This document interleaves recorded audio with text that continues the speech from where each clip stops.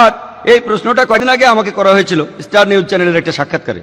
আমাকে প্রশ্ন করেছিল, জাকির ভাই, বন্দে মাতরম শব্দটা এটা সম্পর্কে আপনার মতামত কি? এই শব্দটাকে মুসলমানরা বলতে পারবে? আমি বললাম, মুসলমান বলতে পারবে কিনা সে ব্যাপারে পরে আসছি, আগে বলি হিন্দু ধর্ম কি বলে। তিনি প্রথমে বোঝেননি আমি কি বলতে চাচ্ছি।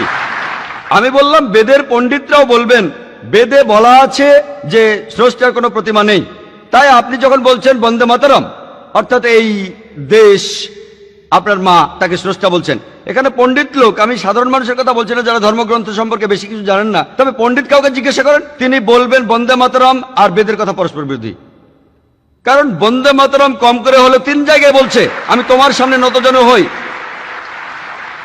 আমি তোমাকে পুজো করি। আপনারা দেখবেন আর্য সমাজ আর এছাড়া অনেক বিখ্যাত পণ্ডিত, তাদের মতে বেদের কথা অনুযায়ী মূর্তি পূজা করা নিষিদ্ধ।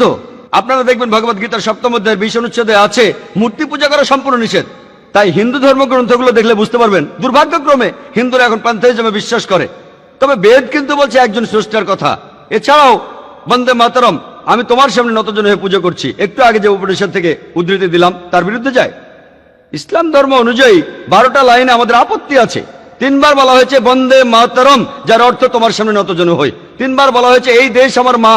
3 বার বলা হয়েছে আমি তোমার পায়ে চুমু দেব। 3 বার বলা হয়েছে এই দেশ স্বর্গীয়, দেশের হাসির কথা, স্বর্গীয় হাসির কথা। দেশকে বলা হচ্ছে লক্ষ্মী, বলা হচ্ছে দুর্গা। এই সবকিছু আপত্তিকর। আমরা মুসলিমরা এদেশকে ভালোবাসি, কিন্তু সর্বশক্তিমান আল্লাহ ছাড়া কারো কাছেই মাথা নত করব না। এমনকি আমাদের মা, যে মা আমাদের 9 মাস গর্ভে ধারণ করেছেন, আমরা মাকে ভালোবাসি, শ্রদ্ধা করি, কিন্তু মায়ের সামনে নতজানু হই না। আমাদের নিজেদের মা। যে ব্যক্তিকে আমরা আল্লাহ সুবহানাহু ওয়া তাআলার পরে সবচেয়ে বেশি শ্রদ্ধা করি, ভালোবাসি, তিনি হলেন মুহাম্মদ সাল্লাল্লাহু আলাইহি সাল্লাম।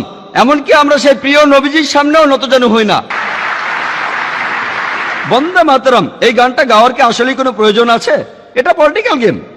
পলিটিশিয়ানরা এটা করেছে ভোট ব্যাংকের জন্য। তারা এমনকি তারিখটা নিয়েও খেলা করেছে। আপনারা জানেন বঙ্কিমচন্দ্র চট্টোপাধ্যায় গানটা লিখেছেন 1876 সালে, আর এটা ছাপা হয় 1882 সালে। তাহলে 125 বছর আর 7ই সেপ্টেম্বর কোত্থেকে আসে? এই ভুলটা করেছে পলিটিশিয়ানরা, পলিটিক্যাল খেলা। এছাড়াও সৌদি আরবের যে মুসলমান আছে, সে তার দেশ সৌদি আরবের কাছে নতজানু হয় না। যে মুসলমান পাকিস্তানে থাকে, সে পাকিস্তানের কাছে নতজানু হয় না। এটা শিরক।